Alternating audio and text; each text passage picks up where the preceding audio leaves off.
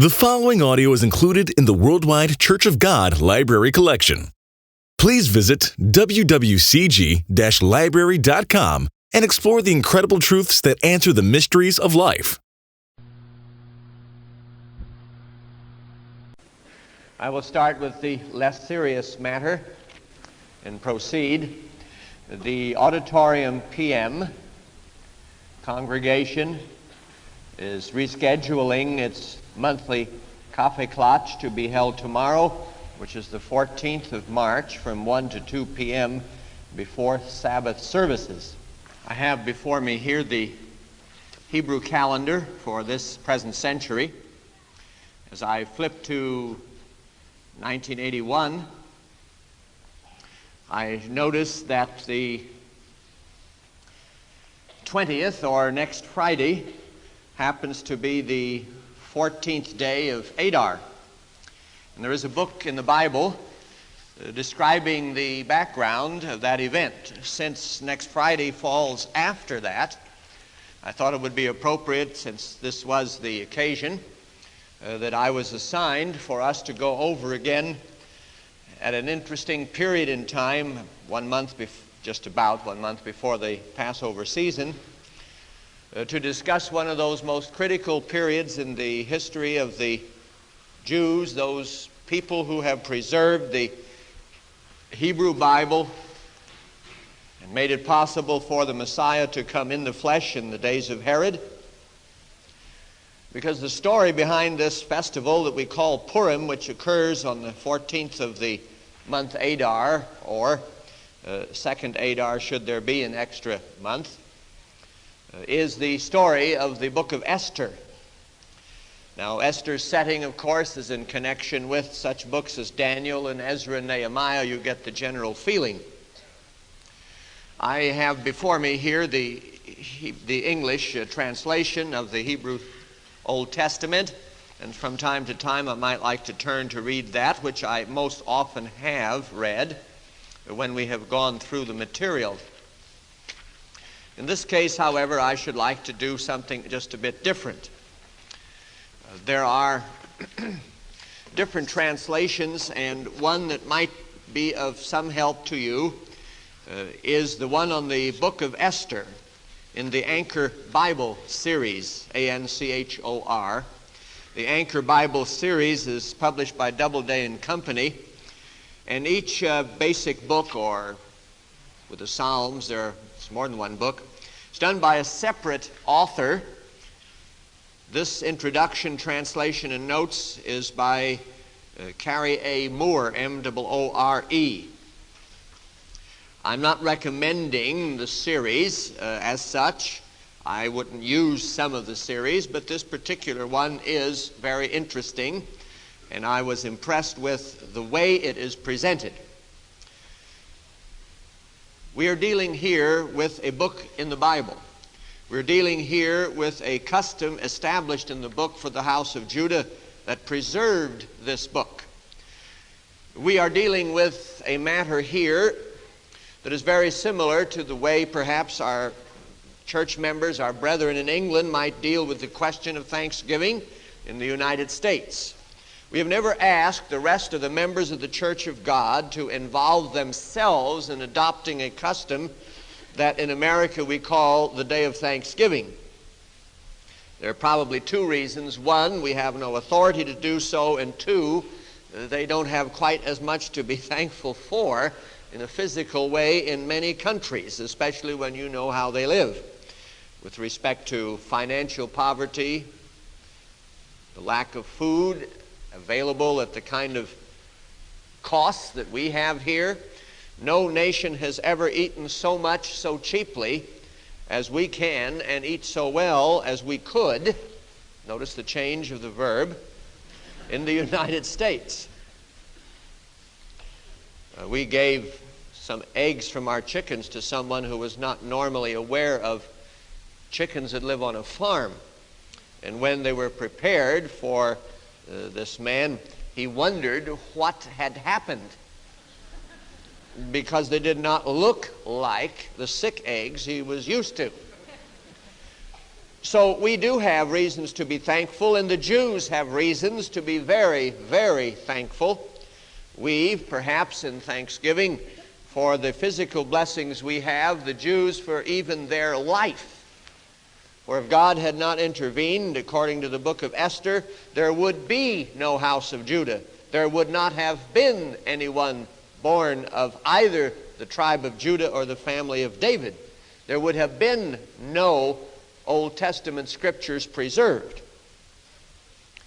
So what we should do is take a little look at this book in the short period of time we have and take some thoughts. I'm going to do it a little differently. I will try to pose some of the problems that people have raised. We're not going to go through the book verse by verse this evening, but take it from a distance as time permits and discuss certain parts of it and give you a background and a setting. The Anchor Bible series is a kind of Bible translation in very modern format done by some of the best minds dealing with linguistics, and a commentary with an introduction and notes. Now, I don't normally recommend commentaries in reading the Bible. I used to use them before I came to Ambassador College. I used them sometimes afterward, but the longer you read the Bible, the longer you are in the church, the more often you find that what is in the commentary you could have figured out yourself. And the very thing you were looking for is what's missing. Nevertheless, there are certain kinds of commentaries. Now, in this case, the book of Esther is one of the simpler books of the Bible, but it is also one that is especially enhanced for the simple reason that its time setting in the Persian period is near enough that we have contemporary literature in part, as well as the possibility of literature that can provide further meaning to names, to words that might have been obscure, as well as, of course, any possible archaeological evidence, because we have cities, palaces named that have been discovered and excavated. The normal place to start reading in a book, as you know, is the beginning. And on that basis, we will turn to the last chapter. That way we'll better understand the beginning. This is one of the things you will all learn, or should learn if you go to college, that it sometimes pays to look at the end of the book. And if you like the conclusion, you may find it worth buying or reading. What questions the man asks at the beginning may be very interesting. The conclusions he comes to at the end may have made the work fruitless. So let us look at the close, because here is a very interesting way of approaching the book. Now, King Xerxes, and I will read this translation, and you should follow in others.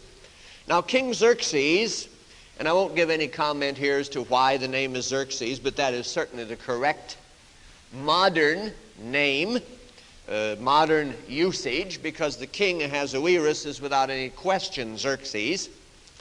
Now, King Xerxes leveled taxes, very modern thought, on both the mainland, that's Asia proper, and the islands, many of which were, of course, settled by the Greeks. But as for all the achievements and the might of King Xerxes, as well as for an exact account of the influence of Mordecai, whom the king had promoted, is not all this recorded in the annals of the kings of Media and Persia? And in this copy it is very clearly stated, Annals of the Kings of Media and Persia is in italics. That means it is the title of an official record or document that we would call the form of annals. For Mordecai the Jew ranked next to King Xerxes and was influential among the Jews and acceptable to the mass of his own countrymen. Now, when it says acceptable to the mass of his own countrymen, you can always guess that there were a few jealous souls. He sought the best interests of his people and was concerned for the welfare of his kinsmen. Why I wanted to read this, which is really the conclusion of the book, is that it sets the tone and character. For there are people who have assumed Esther was, let's say, the story of the 1002nd night. If you know the Arabian traditions of 1001, this was merely another one.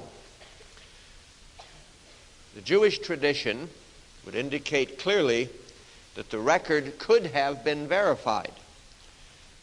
That is, it is written with an appeal to further documentation if you would like to know the rest of the story, which need not have been part of Scripture, but might have been informative. And so the implication is, from the last chapter, that we should see in this work not a story, not a tale, but a documentation of a series of very significant events that led to the delivery of the Jewish nation from an enemy that sought in the days of Xerxes to destroy them. With this in mind and this kind of background, I'd like to read a little bit of the introduction, or spots from the introduction here. First of all, you might like to know what the first Protestant thought about the book of Esther. His name is Martin. You know Brother Martin? Martin Luther. He voiced his sentiments when he said, "I could wish that the book of Esther did not exist at all, for it Judaizes too greatly and has much pagan impropriety." I thought you should know what the Protestants first thought of this book. It gives you an idea of why Protestants since have attacked the Bible as they have. Because Protestantism developed from the mind of a man who did not see in James anything more than the book of straw, or in Esther too much Judaizing. And it will give you an idea of why Protestants approach the Bible as they do. I will flip through a few comments here. There are editions, of course, in the Latin Vulgate, the Septuagint in the Greek, or let's say the Catholic Bibles in English, additions to the Greek Bible. Sorry, that's true, but to the book of Esther. The remarkable thing, of course, is that all of these editions give clear evidence of fitting into the Greek translation, and in fact, basically, originating in Greek rather than being translations from the Hebrew. So we are not concerned, because even scholars themselves are aware that these editions don't rank with Scripture. In the Catholic Bible, Esther is a canonical book, and the additions to Esther are really deuterocanonical. That is, they admittedly don't have quite the same rank. They were derived from the Greeks, who wanted to include Mordecai's prayer, who wanted to include Esther's prayer, as if that would have been recorded, or as if either of them might have remembered the words. But there are people who like to embellish. The question of the authority of Esther, or as a book of canon, was without any question settled when in the AD 90s the Jewish Council of Jamnia clearly pronounced Esther, among other books, a part of Scripture. Now, it was not that the Bible for the first time in Hebrew was declared canonical, but this council was held at a time when the question really was, should any other works, either Hebrew, Aramaic, or Greek, that had been circulating in the Jewish sectarian community, meaning the churches of God, be a part of Scripture? And the New Testament was, at that council, rejected by the Jewish nation. But at the same time, they did clearly put their approval on that which had been written in Hebrew and or Aramaic prior to the time of Herod. You know, we're going back to what we would call the Old Testament period. Studies on the process of canonization, says one of the notes here, have confirmed the observation of a scholar who has gone into this and shown that the decisions of the Pharisee, that is the Pharisaic school at Jamnia, was unofficial and only gradually became accepted throughout Judaism. Now, I have said that indeed it pronounced it canonical. What we are saying is that there were people in the Jewish community that did not recognize the Pharisees as having authority. Now, I can show you in Matthew 23:1, Jesus said, the scribes and Pharisees sit on Moses' seat. The Sadducees didn't agree, and there were others who didn't agree. But Jesus recognized that the decisions they made were official and right. And even though it was regarded by many in the Jewish community as unofficial, Jesus himself puts his approval on such a decision because he said they sat in Moses' seat and had authority to make a decision with respect to the Bible that had been committed to them. The New Testament had not been committed to them, and their decision on that has no bearing because they had refused its speaker in the first place and were responsible for his death. But in any case, it is interesting that the Jewish nation, whether they thought it was official or not, in the end was forced to recognize the book of Esther as a part of Scripture. Now there were sectarians like the Essenes who have preserved copies, unintentionally of course, of the Bible, which they buried in the caves at the area of the Dead Sea when the Romans, of course, came through the region. The one book that is not there is the book of Esther. We do not follow the Essenes.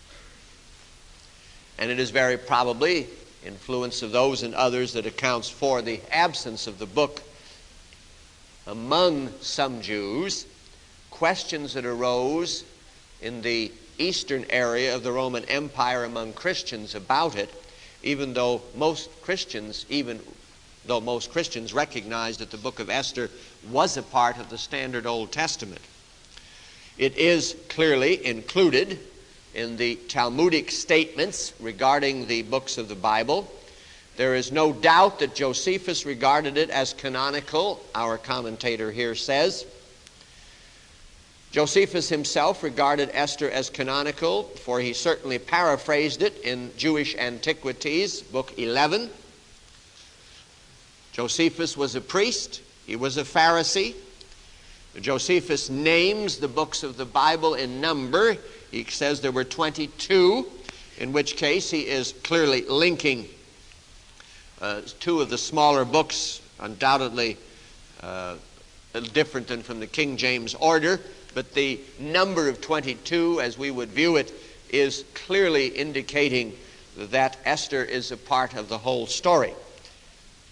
But there have been those who have questioned it unwisely. Interestingly enough, the whole Western Christian world in North Africa and in Italy and much of Greece, for instance in Cyprus and in Palestine and Syria, all recognized it.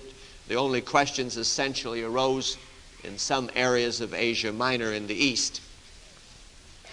Anyway, it is interesting to see that it is possible to have a conviction on this matter that is essentially sound when you realize a man in the days of the apostles, Josephus, a priest, who in a sense represents the family of Aaron, should have used the book in a manner that is without doubt canonical. All of the standard forms of the Jewish translations, I should say the Jewish copies of the Bible in Hebrew would have it. The book of Esther is a remarkable work, the like of which is found nowhere else in Scripture. I'd like you to listen to a few statements that are made because they're very interesting as a scholarly mind, a religious mind, looks at the book. On the face of it, says Mr. Moore, or Dr. Moore, the story in Esther seems to be true. That's comforting. Nothing in the book seems improbable, let alone unbelievable. The picture of the king, Xerxes, seems to be quite compatible with what we know of him from other literary and archaeological sources. Now, he does say there are a few questions that you might find arising in the story. We'll note them from time to time. I'm moving through the pages and I open up to a map.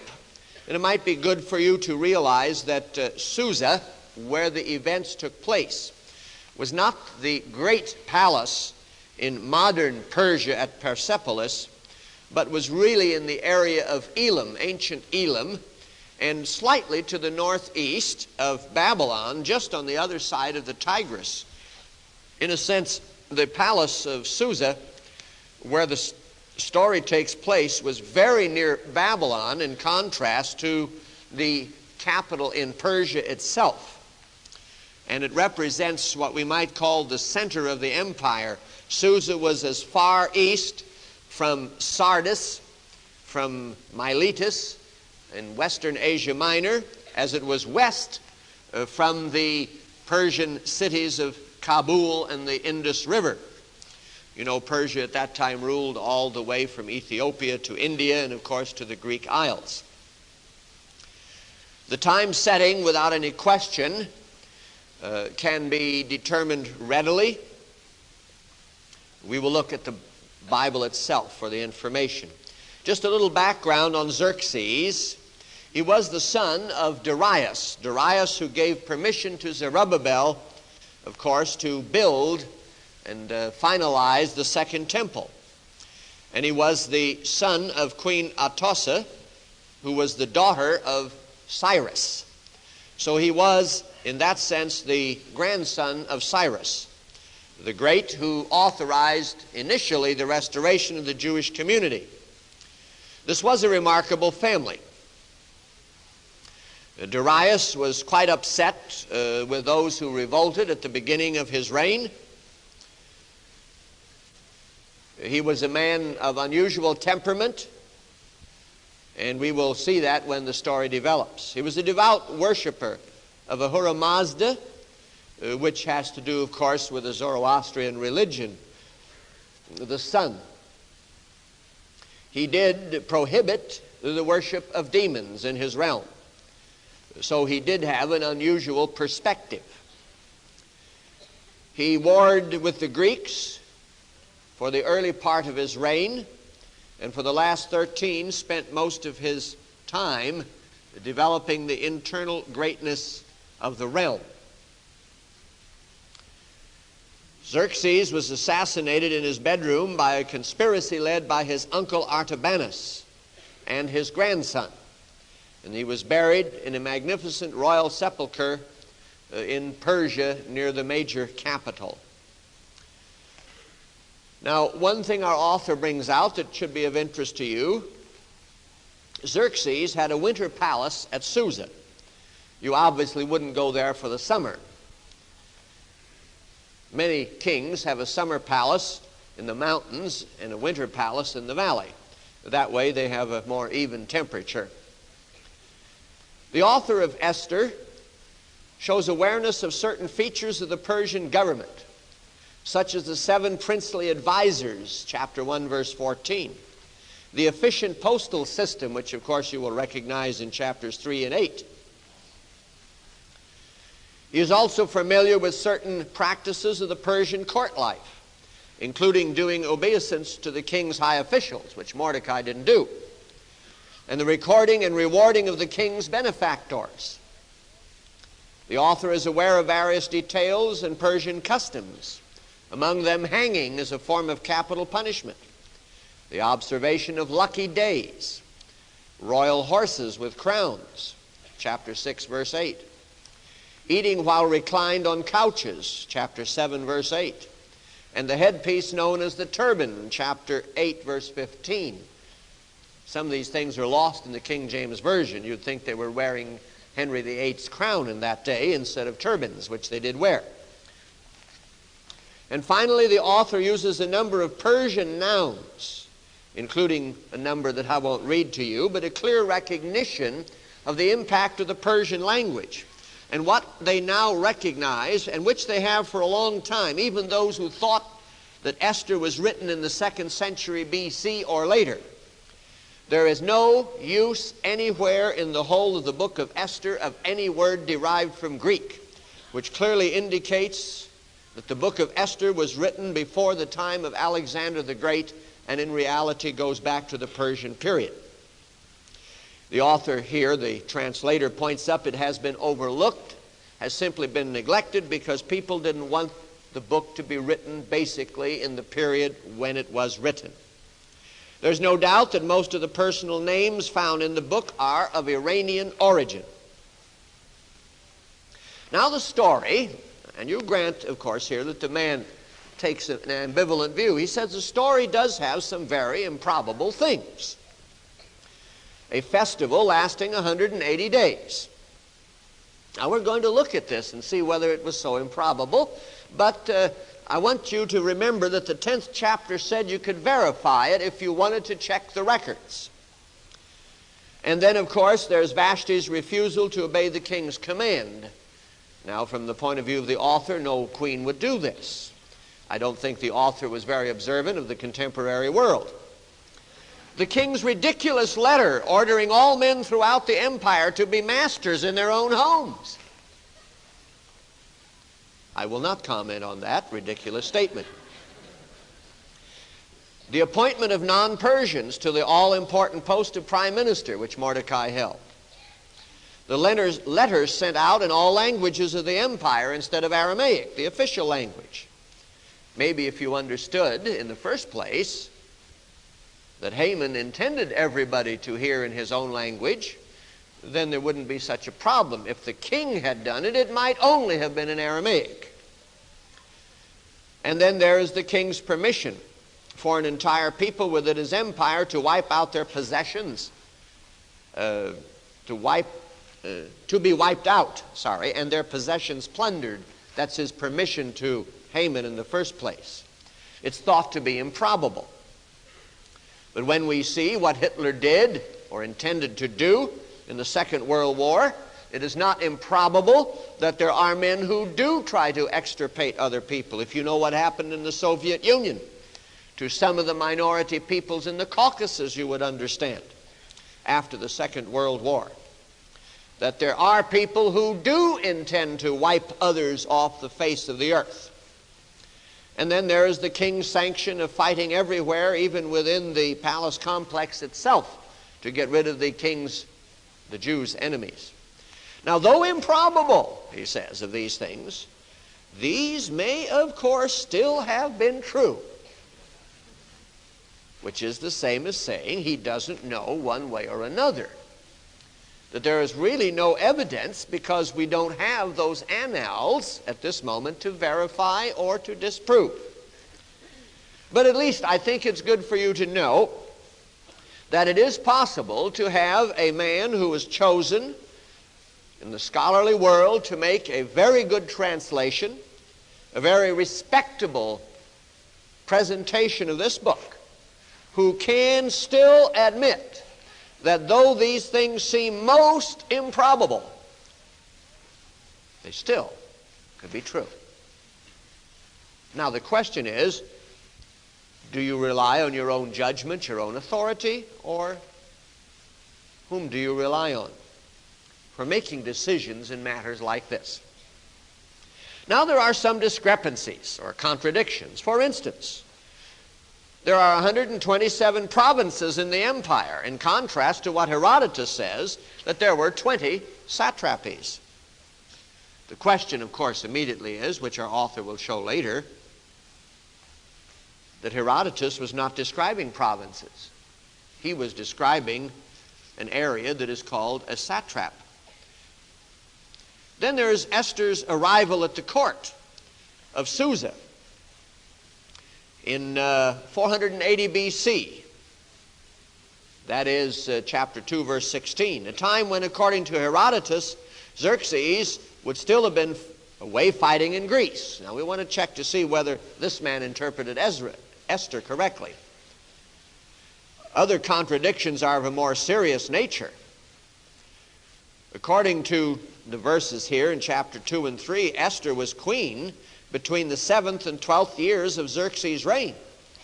But according to Herodotus, Amestris was queen. Moreover, according to Herodotus, Persian queens had to come from one of 7 noble Persian families. a custom which would have automatically ruled out an insignificant Jewess. But we'll look at the answers to that too. It's good for you to know how these people think and to what extent they are only thinking.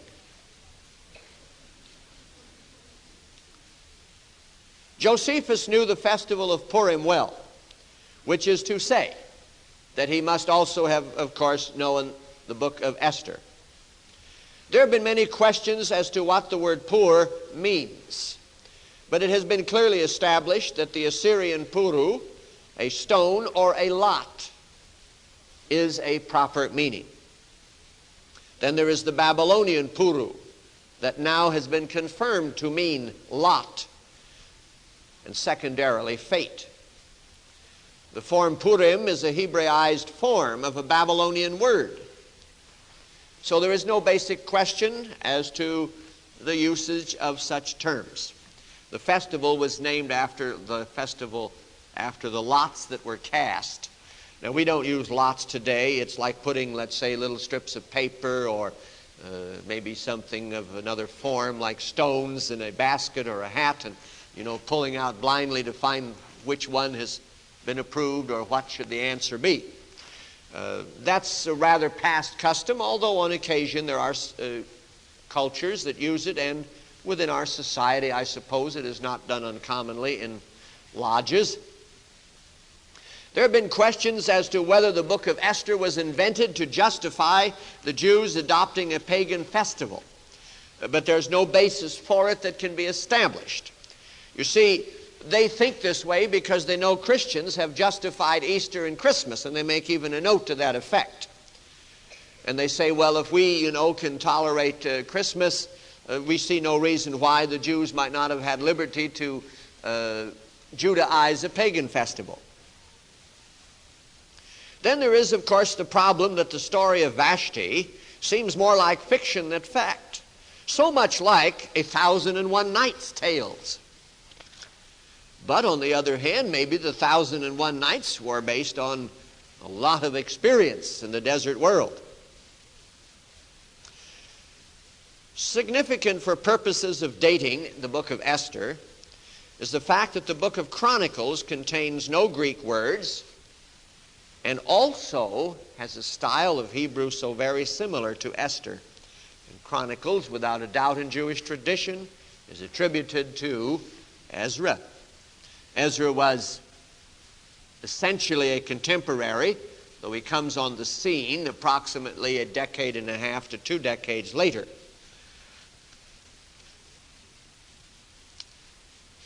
I won't go through the more details on that, but I've already commented, I think, sufficiently. Now we come to the story itself. And so I will read sections of it and then comment and move along as we have time. It was in the days of Xerxes. Now a footnote tells us very clearly that the Hebrew must be understood, and without a question should be understood, as the name that we know in our English language as Xerxes the king, Xerxes the first, Xerxes the great. The Hebrew Ahasuerus meant this man can now be sufficiently established, which of course could have been known and was known. But there are always people who doubt. That we can be sure ourselves without any further question. This is the Xerxes who used to reign from India to Ethiopia, over 127 provinces. Now here we have an important note to the fact, and there will be footnotes, and then there will be the basic area of notes. And I will turn to that on occasion now, because I think it important to take note. The Hebrew word translated provinces does not mean a satrap, and therefore, because Herodotus says there were far fewer satraps or satrapies than the book of Esther says provinces, we're simply dealing with 2 different things. Despite scholarly speculation, no satisfactory explanation exists for the particular number of provinces given here. That is, we have no record one way or another. It is very probable that the provinces were essentially the varied and numerous ethnic elements in the empire that Herodotus mentions. But the satrapies were the areas of government. So we have not here a contradiction, but in fact, very probably, if we were to think it through, an amplification of information found nowhere else in the Persian or Greek realm. Now there is a problem with the first words in this book. Literally it says, "and it came to pass." Now the problem is that this introduction is used for such books as Joshua, Judges, and 1st and 2nd Samuel. And all of those are historic books. Therefore, we're frustrated by the fact that the book of Esther claims to be historic. That's the problem, you see, they first deal with. But we are relieved to know that the book of Jonah starts this way too. And you know that's a story. And therefore, we really should translate it once upon a time. I'm glad he translated it much more like it was in the days of Xerxes, not once upon a time. But you see, these are the way these men look at a book like this.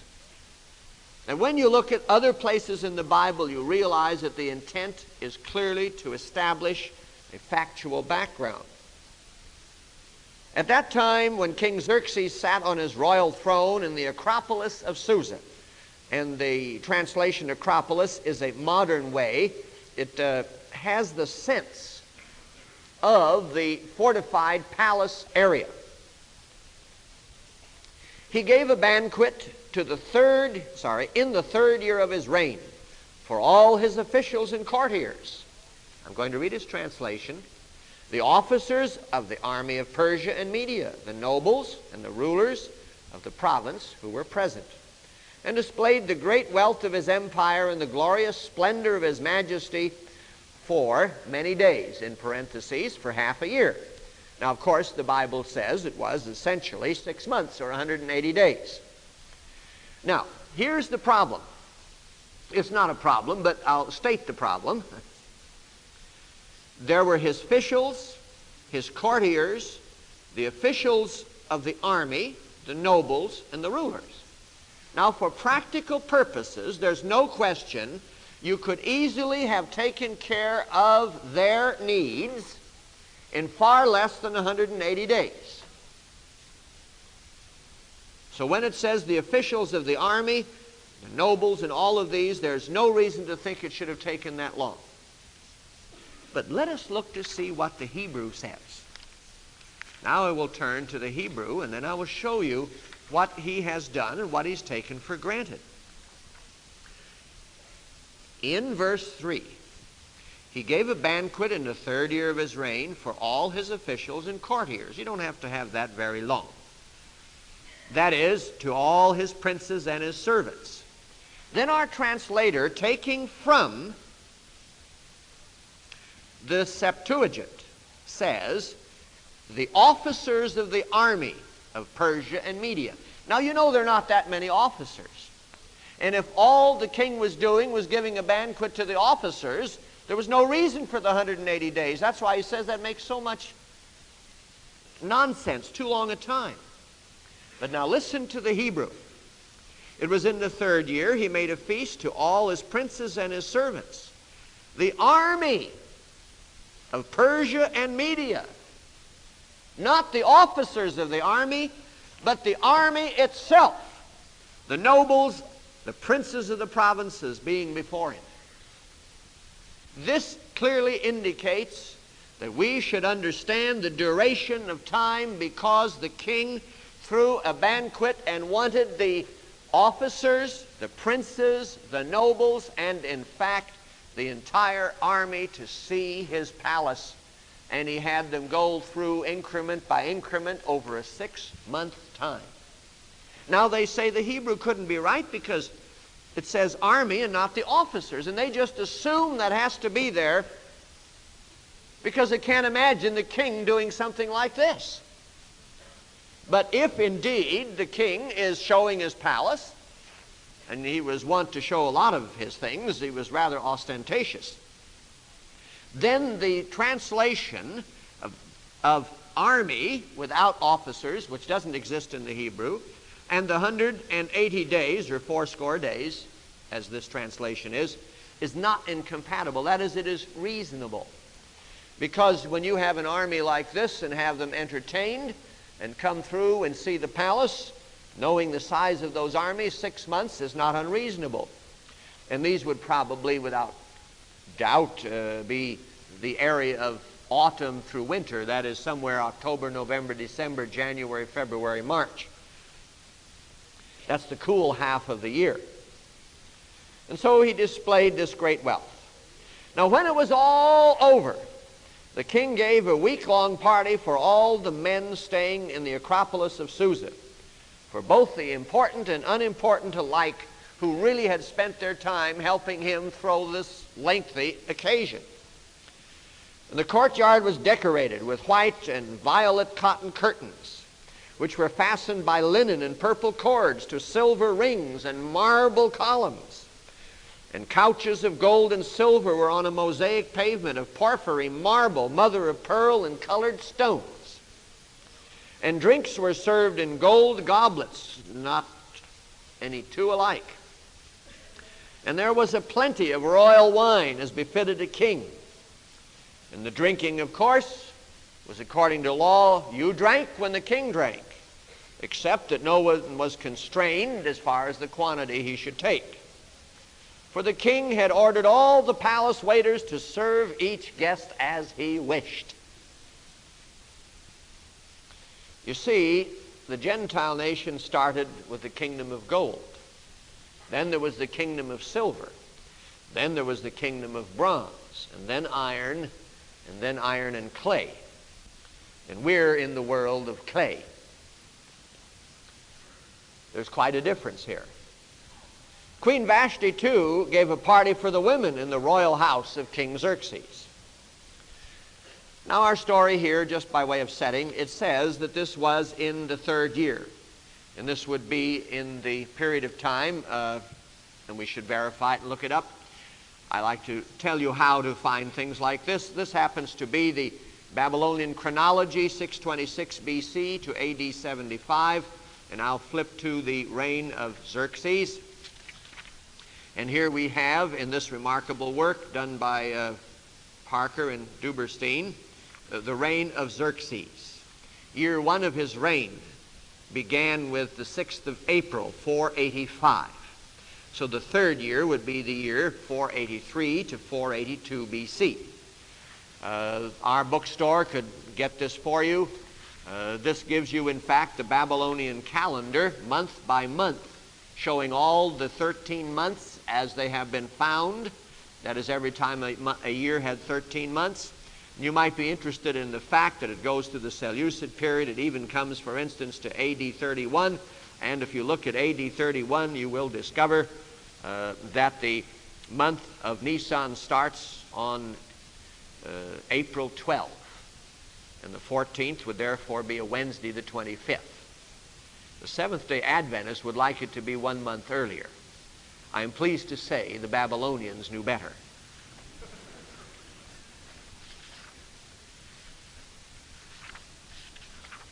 So we'll now move along. I won't tell you the story except that Vashti did not obey her husband's, the royal command, and you remember the rest of it. The king was quite displeased, and it was decided that he should write a decree, which is described in these terms. If it please the king, let such and such be written. Then when the king's decree, which he has proclaimed, is heard throughout the realm, all women, regardless of their status, shall show proper respect to their husbands. That's why it was the kingdom of silver as distinct from clay.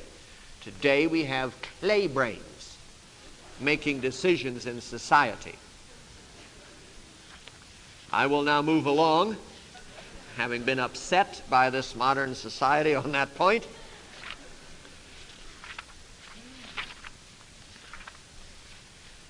Sometime later, after the king had put Vashti away, his anger was subsided. And he remembered Vashti. That is, he recalled what a nice woman she was, but he couldn't reverse his decision. And when he perhaps commented about missing her, the king's pages said, "Let beautiful young virgins be selected for the king." Now, in that day, it didn't seem to be a problem. "And let the king appoint commissioners in all the provinces of his kingdom to gather together every beautiful young virgin to the Acropolis of Susa, to the harem under the authority of Haggai, the king's eunuch who is in charge of the women, and let him give them their beauty treatment." Now that does sound modern. "Then let the girl who most pleases the king be queen in place of Vashti." Now, in the first place, let us say, so we don't forget it because I may not have time to go back, Herodotus wrote essentially a quarter to a half century later. He lived in the days of the successor. What Herodotus may record, I regard with respect. Herodotus said, "I am bound to report and record what I have heard, but that does not mean that I believe everything that I report." In any case, it does not seem improbable that what he reported of the queen, who was another woman and not Vashti, is not improbable when you realize that Solomon had 700 queens. Modern scholars simply try to make arguments and issues where none need exist. Kings such as this who had harems had numerous queens. Whether certain queens had to come from the 7 noble families, as Herodotus says, is irrelevant, for the simple reason that in a harem there were far more than just the daughters of those families. In this case, Esther replaced Vashti. Esther didn't replace some other woman. Esther replaced Vashti. Esther didn't replace some other woman. That's what the Bible says. And there's no reason to assume there was only one queen when the term itself is equivalent to the wife of a king, and a king who had more than one wife had more than one queen. Be that as it may, the advice was followed. Now there was in the Acropolis of Susa a Jew whose name was Mordecai. He was the son, ultimately, of Kish, a Benjamite. And here, of course, is a problem. Who had been carried away from Jerusalem with the exiles, who had been deported with Jeconiah, king of Judah, that is Jehoiakim, when Nebuchadnezzar, the king of Babylon, had taken them into exile. The question then is, was Mordecai really this old? Very likely, if this exile, which occurred in 597, is the case, then we simply have an indication that he was an infant at the time. The Hebrew has who had been carried away, and it most certainly must refer to, as they think, Mordecai. But in reality, we simply cannot be sure. We know it does not refer to Kish, because that would be going back, you see, to Kish, who was the ancestor of Saul. So this goes back to that royal line.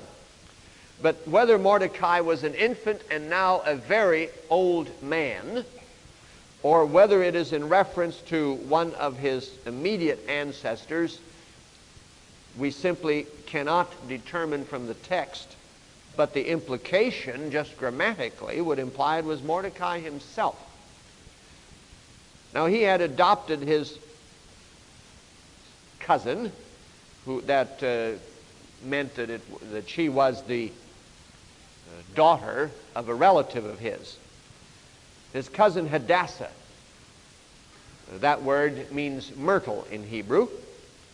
That's the one we know as Esther, which is the Persian name or star, since she had neither mother or father. So the implication is that if her mother or father died, that probably her mother was already rather older, and Hadassah was the youngest child. And it is very possible, of course, that even her parents were younger than Mordecai. But in any case, she was still a girl and a virgin, that is, a young woman. She was shapely and had a beautiful face. Now, her father and mother had died, and Mordecai had adopted her. It's just possible that Mordecai was an old man. But one of those unusually able, surviving old men that we sometimes read of in the business world, who go to work at 92, go to work at 94. And I recently was reading the story of a man who goes to work and runs his business at 99.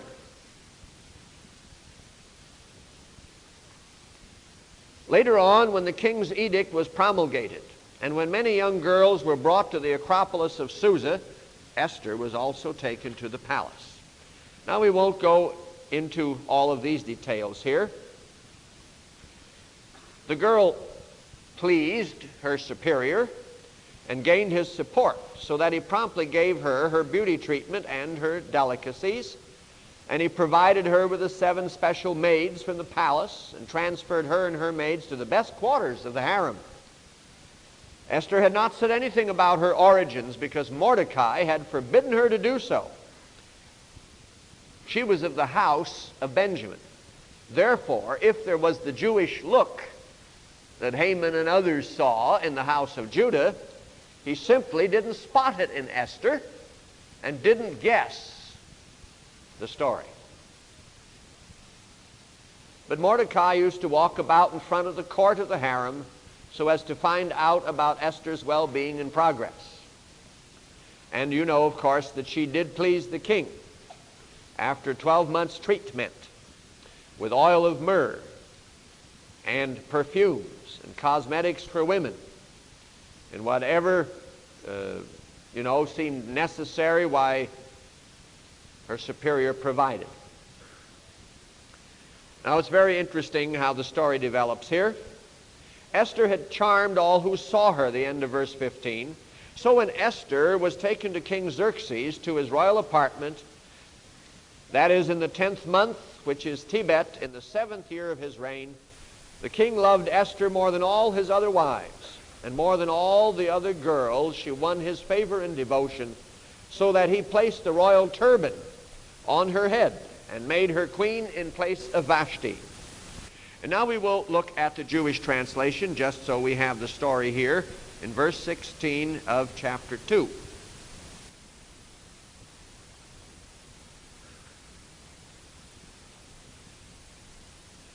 So Esther was taken to the king Ahasuerus into his house royal in the 10th month, which is the month Tebet, in the 7th year of his reign.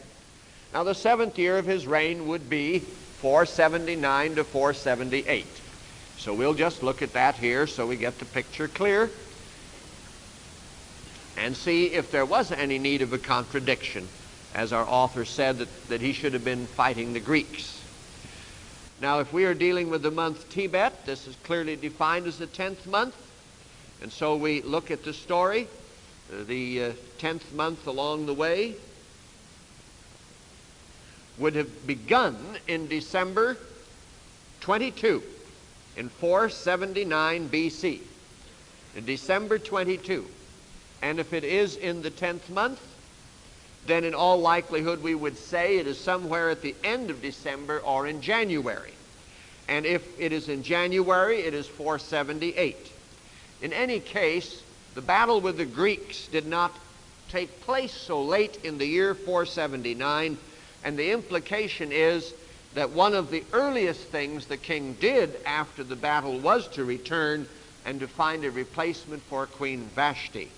So the fact that it is the 10th month, and that's the end of December or in January, would seem to provide absolutely no contradiction. It just is an issue that was made needlessly. It fits perfectly with the story that the king himself had returned in his 7th year, following the debacle when he attempted to subdue the Greeks in the Greek Isles but failed. We will now proceed with a few comments here. Mordecai. It's a good Babylonian name. Mordecai is the Hebraized form of Marduka, which is ultimately derived from Marduk. But that's the name that he was given by the Persians, who adopted many of these Babylonian names. Then it points up that Hadassah clearly is defined as myrtle in the Jewish literature, the Targums, without any question. Nor does our author think the problem he first introduced, that this was a Jewish woman, presents a difficulty. There is, of course, no great difficulty in believing that a Jewish girl could be part of a Persian king's harem. When it came to foreign wives, kings could be quite broad-minded. I would remind you, however, that he married her before he knew who she was. And as far as he knew, she was Persian, even if she didn't descend from any of the 7 noble families. So, in a sense, many of these arguments are irrelevant. I did like his argument, though, that she apparently didn't observe all the laws of kosher. Then her Jewishness would have been perceived. The implication is she did eat her meat and drank her milk at the same time, which is what the Church of God does, rather than the Jewish custom, as you know. And I think that's an important point. I want to read just a note here in verse 14 of the 2nd chapter, just to give you an idea of something you might spot on occasion. She went, each one whom Xerxes checked out, went in the evening, and in the next morning she returned to the 2nd harem, to the custody of Shashgaz. Now, apparently the king had, in fact, a harem in the following structure. Here, as in so many other places, it is a question of how best to translate it. The Hebrew would imply the 2nd harem, but in what sense, you see, is the question. The reading adopted here understands the 2nd harem to mean either a second group of women, that is, the concubines, or a separate wing in the harem complex. This interpretation is all the more plausible because the 2nd harem was under someone else's supervision than the one who actually supervised Esther first. So it probably was, in fact, both a second group of women, that is, certain women went into the 2nd harem, and it was another wing of his palace. And they perhaps would have played the role of concubines rather than having the royal title, as ultimately was bestowed on some who remained in the other wing of the palace. God did not forbid polygamy. He says clearly that any man who has more than one wife will love one and not the other in the same way. But in a world that slaughtered tens of thousands and hundreds of thousands of men, God permitted polygamy as a better solution than prostitution. Therefore, men who were able and financial took care of women who simply could never have had husbands and would have had to enter into some kind of slavery otherwise. You read the story of the battles, they were wars of attrition. And that's one of the fundamental reasons why polygamy even existed. It makes no sense in a society where there is essentially an even population. There was a plot against the king. This is in chapter 2, verses 19 to 23. It was discovered by Mordecai. Mordecai reveals it to Esther. Esther told the king. It was investigated, verse 23. Its existence confirmed. The 2 conspirators were hanged on the gallows, and the whole affair was recorded in the daily record in the king's presence. That's a nice, effective modern translation. We don't have any of these records. Whether some of them were buried with the kings, like copies of the Bible might have been buried with the kings of Judah, remains to be seen. Sometime later on, King Xerxes promoted Haman, chapter 3, the son of Hammedatha the Agagite. That is, he descended from the Amalekites, advancing him and making him the prime minister. So all the king's servants at the king's gate used to bow down and prostrate themselves, for that is what the king had commanded to be done to him. Now Mordecai, however, would never bow down and prostrate himself. So the king's servant at the king's gate said to Mordecai, "Why do you disobey the king's command?" Now prostration is quite different from what Mr. Armstrong said, if you kneel out of respect on one knee. And when the supreme patriarch of Buddhism came to the campus, the monk stood with him. Other Thais knelt with two knees, and I knelt on one knee, as the picture shows. That is still the permissible custom of the Church of God, even though there were a few critics. So finally, when they had spoken to him day after day and he had not listened to them, then they informed Haman in order to see whether Mordecai's conduct would be tolerated. For he had confided in them that he was a Jew, and that wasn't permitted. That is, his religion simply wouldn't allow him to prostrate himself, which is a form of worship. When Haman had seen for himself that Mordecai did not bow down or prostrate himself, he was furious. But he hated to kill just Mordecai, for they had told him who Mordecai's people were. And so Haman sought to wipe out all the Jews throughout the whole kingdom of Xerxes, along with Mordecai. Now, is it reasonable? I cite World War II as a simple illustration. Go ask some of the people who lived in the Caucasus in the days of Stalin whether such a thing is possible. In the first month, which is the month Nisan, of the 12th year of Xerxes, the lot was cast in Haman's presence. Literally, it says, and very nicely here, the poor, that is, the lot, P-U-R, was cast in Haman's presence to determine the day of the month. Now we'll read the 7th verse of chapter 3 from the Jewish translation. In the first month, which is the month Nisan, in the 12th year of King Ahasuerus, they cast pur, that is, the lot, before Haman from day to day, and from month to month, to the 12th month, which is the month Adar. And in that way, it would enable them to determine what month and what day of the month. You see, why did they have to cast from month to month to the 12th month? Because in the end, it was the 12th month which was the one. When the first month came down, when the second month came down, there was no indication they should choose it. Not until the 12th month came down did the answer come up, yes, this is the month. And then in that month they waited, and from day to day to day. And when it came to the 13th day of the 12th month, it was decided that this was the month and this was the day that it should occur. But of course it didn't occur that year. They simply think that the Jewish translation is incorrect.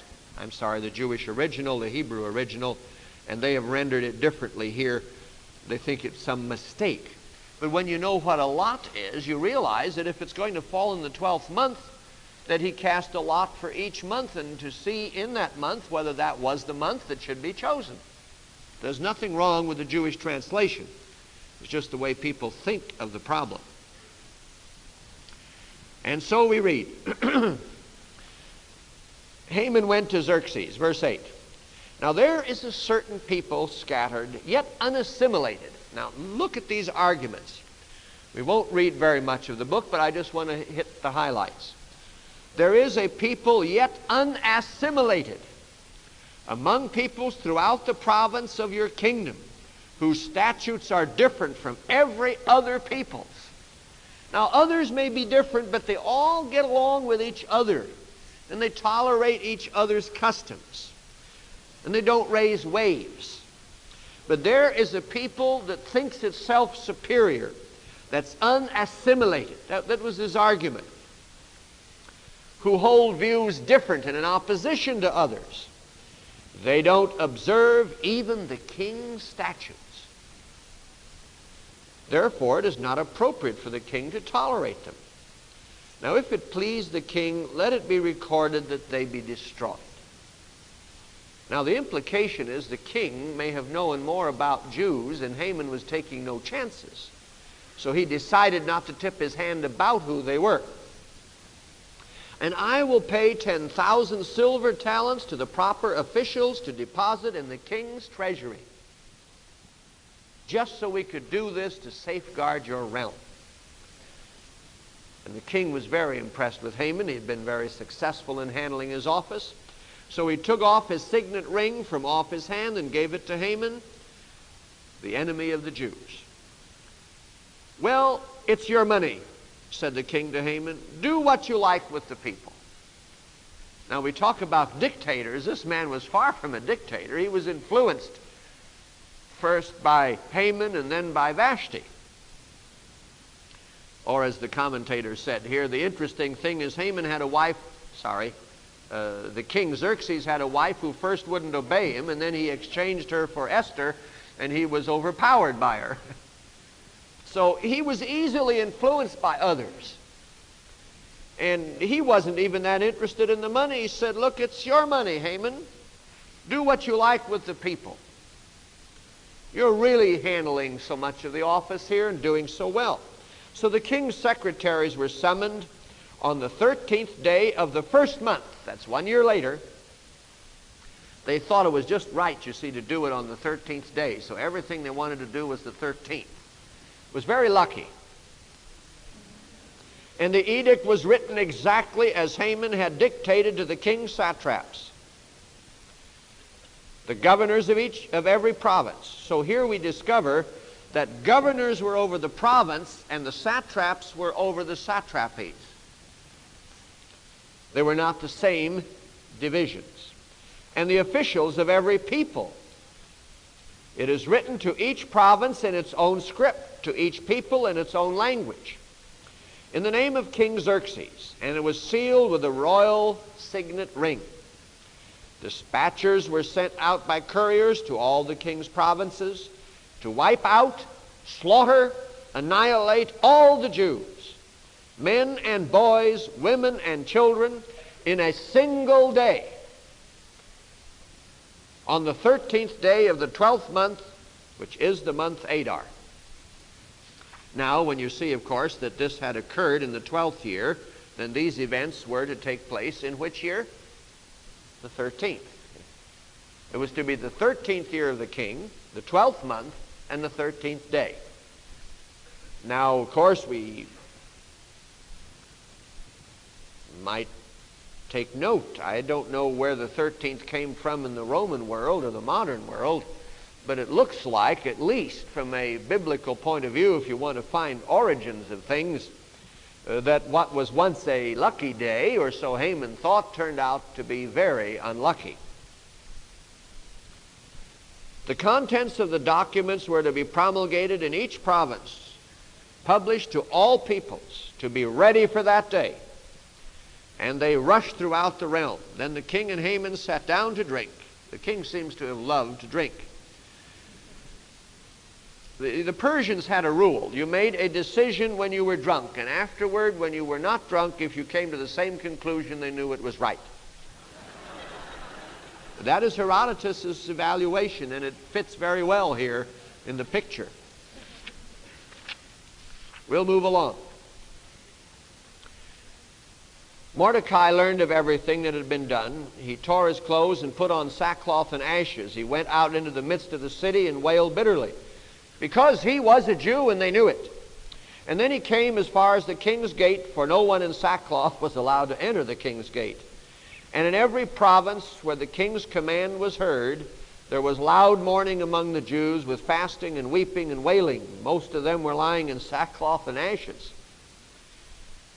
You know, it is unfortunate that that didn't happen in 1933. If the Jewish communities in Europe had fasted and wept and wailed and laid in sackcloth and ashes, or lay in sackcloth and ashes, one would have to have concluded that Hitler would never have come to 1933. 39. The reason the Jews escaped in the days of Xerxes, because they really sought God. These were the good figs. The bad figs were all removed. You remember Jeremiah's parable. When Esther's maids and eunuchs came and told her, the queen was quite shocked. And she sent clothing for Mordecai to wear so that he could take off his sackcloth, but he would not accept it. So Esther summoned Hatak, one of the royal eunuchs whom the king had appointed to wait on her, and ordered him to go to Mordecai to learn the full particulars of this behavior. So Hatak went out, and of course the queen herself learned. And finally, it was agreed that Mordecai and all the Jews and Queen Esther should fast. Go and gather all the Jews now in Susa, and fast for me, said the queen. Don't eat or drink for 3 days, either day or night. And I and my maids will fast as you do. This is verse 15 of chapter 4. In this condition, while fasting, I'll go to the king, even though it's against the law to go without being summoned. And if I perish, I perish. Mordecai then left and carried out all Esther's instructions. Now, they were to fast for 3 days and 3 nights. There are people who take this verse to show that Jesus couldn't have been crucified on Wednesday and would not have risen on Saturday evening because 3 days and 3 nights don't mean 3 days and 3 nights. For we read, as the next chapter opens up, and so it was that on the 3rd day Esther put on her royal robes. And they say that the 3rd day here can't mean after 3 days. And I agree. It says very plainly, listen carefully what it says, we're going to fast 3 days, day and night. And the interesting thing, it says, in this condition of fasting. So it was on the 3rd day of the fast. And this has nothing to do with after 3 days. But that's just the way people study these things. On the 3rd day, while the fast was continuing, Esther put on her royal robes, stepped in the inner court of the palace opposite the royal apartment. The king was seated on his throne in the throne room facing the building's entrance. Finally, when the king noticed Queen Esther standing in the court, she won his favor. And the king extended to Esther the golden scepter that he was holding. Then Esther came up and touched the tip of the scepter. The king then said, "What do you want?" Now, she was undoubtedly a remarkable woman, and she dressed to attract the attention of the king. And she, of course, had the presence of God's Spirit. Now, instead of giving an answer right away, when the king said, "Look, I could even divide the realm. You're so beautiful. You take half and I'll keep the other half." I don't understand kings. But on the other hand, that's rather like California law, I must admit. If it pleased the king, said Esther, let the king come with Haman today to a dinner. And that was apparently that evening, the fast would have been over, that I have prepared for him.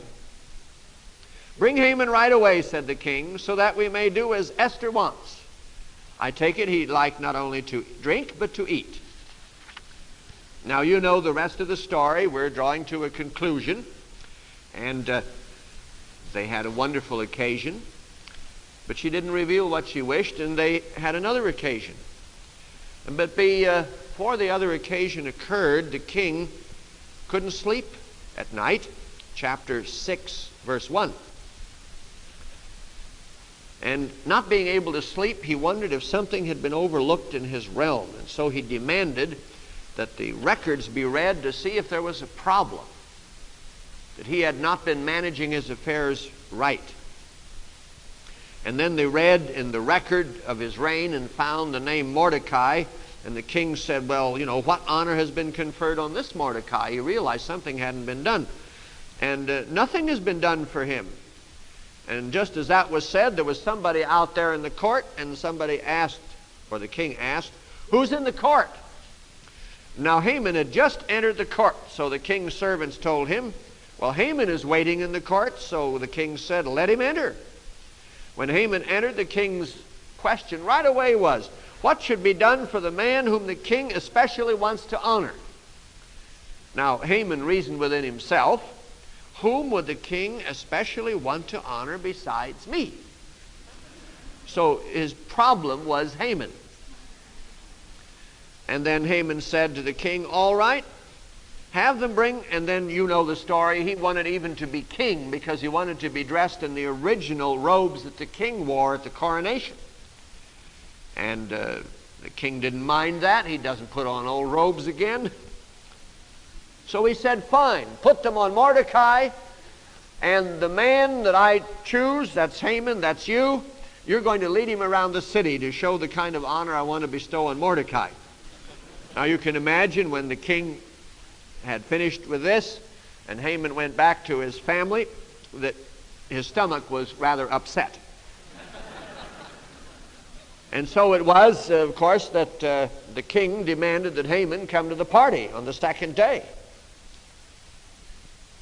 And so Queen Esther said, "If I have obtained favor, your majesty, and if it please the king," chapter 7, verse 3, "let my life be granted to me at my request." Still didn't betray the whole story.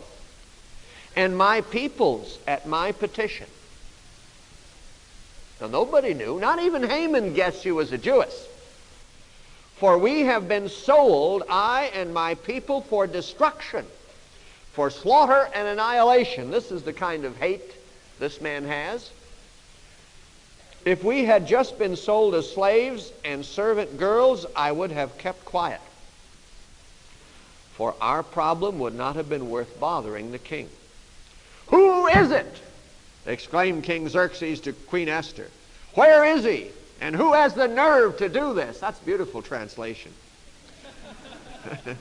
And now Esther responds in like. "An enemy, an adversary." And she points the finger, "This wicked Haman here." I don't know who ate the meal, but Haman was dumbfounded before the king and queen. But when the king arose in anger from his wine, and you can imagine he had already had too much, you can't tell the king where to stop, and went out into the garden of the pavilion, Haman remained behind. Now the king simply bolted the table and went out to think this thing through as to what ought to be done. And of course, you know, ultimately, that is in a few minutes, Haman was executed on the very gallows he proposed to execute Mordecai on. That same day, Xerxes gave Esther the entire estate of Haman. Chapter 8, 1, the enemy of the Jews. And when Mordecai was presented to the king, for Esther had disclosed to him their relationship, the king took off the signet ring which he had recovered from Haman and presented it to Mordecai. And Esther appointed Mordecai over Haman's estate. Then Esther spoke again to the king, collapsing at his feet and crying and begging him to frustrate the evil intention of Haman, because the document had gone out that the people were to destroy and annihilate the Jews. And now there had to be a decree issued to reverse it. And I'm going to read for the moment the Jewish translation, chapter 8, verse 9. Then were the king's scribes called at that time in the 3rd month.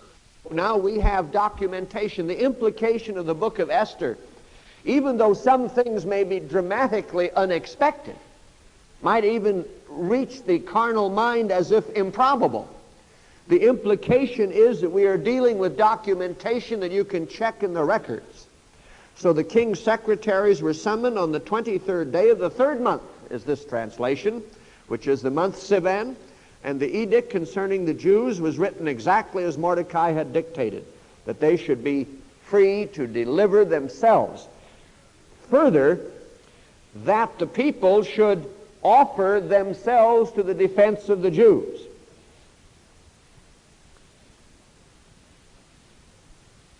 Read carefully verse 11, and so on. And on one day, the whole of the provinces were to come to the defense of the Jews, and the Jews themselves were to have the right to punish their enemies on the 13th day of the 12th month, which is the month Adar. The contents of the edict were to be promulgated in each province, and again it was in the languages of the people so that they might all know. The Jews celebrated the occasion of hearing the news that they could defend themselves. And chapter 9, verse 1, on the 13th day of the 12th month, this lucky day in the month Adar, when the king's commandment and edict were about to be enforced, on that day when the enemies of the Jews had hoped to destroy them, the opposite happened. The Jews destroyed their enemies. The Jews had gathered in their cities throughout King Xerxes' province to kill those who sought their ruin. No one, however, was successful against them, since everyone feared them. Moreover, all the provincial officers, satraps, governors, and those who conduct the king's affairs aided the Jews, for they feared Mordecai, who was prime minister. For Mordecai was very influential in the royal palace, and his reputation was spreading to all the provinces as the man Mordecai grew more and more powerful. And of course, there are people who don't like Jews to exercise power. So the Jews defeated all their enemies. 500 men perished in the Acropolis of Susa itself. So the story goes on. The Jews in Susa had organized, and they had to do defense on 2 days, the 13th and the 14th. Otherwise, throughout the provinces, they only had to defend themselves on the 13th. And then they celebrated on the next day. That is why the Jewish villagers living in unwalled towns celebrate the 14th day of the month Adar on an occasion, as an occasion for rejoicing and feasting, for holiday making and exchanging delicacies. And then, of course, in the next chapter, we have the letter that went out authorizing that this custom should now be established. And listen carefully. Verse 27, chapter 9, the Jews agreed and made it customary for themselves, their descendants, and all future converts to the Jewish community, Judaism, to continue to celebrate annually without fail these days as specified in the letter on the proper dates. Now, an interesting thing, just as we close here, these days of Purim should never be abrogated among the Jews, verse 28, and that the memory of them should never die among their descendants because of this remarkable delivery that was wrought. And Esther Esther's words fixed these practices for Purim. In other words, it had government authority, as well as already the custom and the general response of the people. You know, there was a time the month Adar could be either, the last month of the year, either 29 or 30 days. We're clearly told this in the Talmud. But you and I should know that today the Hebrew calendar allows the month of Adar only to be 29 days. And the months that vary are months 8 and 9, right after the 7th month when the Feast of Tabernacles falls. It didn't used to be that months 8 and 9 were decreed as the variable months. You see, a year may have 353 or 354 or 355 days, so you're bound to have some months where you have 2 29s or 29 and 30 or 2 30s in a row. It used to be that Adar could vary. That was the logical end of the year. You make the change at the end of the year. But when Purim was decreed, and when, for instance, as an illustration, when the Passover, as this year, would fall on a Sabbath, and the first day, therefore, falls on a Sunday. In other words, Nisan or Abib 1 falls on a Sunday, and the Passover falls on a Sabbath like this year. Let's look at 1981, what would happen. If this year the Passover, the 14th of Nisan, would fall on a Sabbath, as it does, and the 1st of Nisan falls on a Sunday, if you have 29 days in Adar, then Purim falls on a Friday. There's no problem. Purim would fall on a Friday. But suppose the Passover were to fall on a Monday, 2 days later. And you would have a situation where the 1st of Nisan would therefore be a Tuesday. And the 30th of Adar were permitted. And that would be a Monday. Then you would have possibilities, you see, of the month of, I should say, the Feast of Purim falling on a Sabbath. There are cases where the Feast of Purim would fall on a Sabbath if we did not have a fixed number of days in the last month of the year, which is 29. On the basis of the calendar, therefore, we have a decision made that we are, in a sense, basing on the book of Esther. The month of Adar must have 29 days and not 30 in order to avoid a problem of having the festival of Purim fall on a Sabbath. You see, the festival of Purim was meant to be celebrated in a very special way that goes beyond the way we normally keep a Sabbath. So even the calendar has been slightly adjusted when it comes to the number of days in a month in order to be sure that this festival occurs in its proper season. And this year it will be a Friday, next Friday. And we're not here, of course, to ask the non-Jewish community to participate. The church does not ask Jews to become uncircumcised. The church does not ask Jews to neglect the requirement of the book of Esther to remember that their ancestors were delivered, as the account is in the book of Esther. And I appreciate an opportunity at a Bible study to discuss this subject and to let us know of its importance from year to year, much as we would convey if we were Americans in England something of the meaning of the festival of Thanksgiving to other people, so that we can understand some of the experiences of human beings and what, in this case, the Jewish community has endured. I'm very grateful, too, that I've had the privilege of being in attendance for some years, from time to time, for individuals who have Jewish background, and I have appreciated very much some hearing the prayers and knowing something of the customs that have occurred both at this festival as well as others, such as the festival of Hanukkah, or lights, that commemorates the story of the deliverance of the Jews in the days of Antiochus Epiphanes. But in any case, you should read, and I'd encourage you to read sometime during this week, the book of Esther, and you might like to read some of the background of that book also by looking in the early chapters of Ezra, by looking at the material in Haggai that precedes the story of Esther. It'd give you a feeling of some of the remarkable events that were then transpiring in the kingdom of Judah. And I want to thank the girls for the beautiful work that they did, and Mr. Halford and others in putting together the films. I thought that was a remarkable presentation for some of our young children to do. Have a good night and a safe journey home, and remember the prayer request.